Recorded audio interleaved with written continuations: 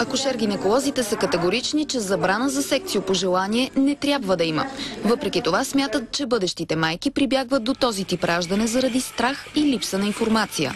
Аз не мога да се съглася, че един човек без необходимата квалификация може да вземе решение за една голяма коремна операция. Според доктор Новачков, цезаровото сечение по избор трябва да струва 5000 лева. И допълва, че такава цена бива спряла жените от ненужни операции. Никъде няма ценоразпис, където пише секцио по желание. Нека да има и такива. И на ценоразписа и да бъде и висока цена. Искате цезарово сечение по ваш кеф, нека да бъдат високи пари. Тия пари ще отидат за болницата, те няма да отидат за нашия джоб.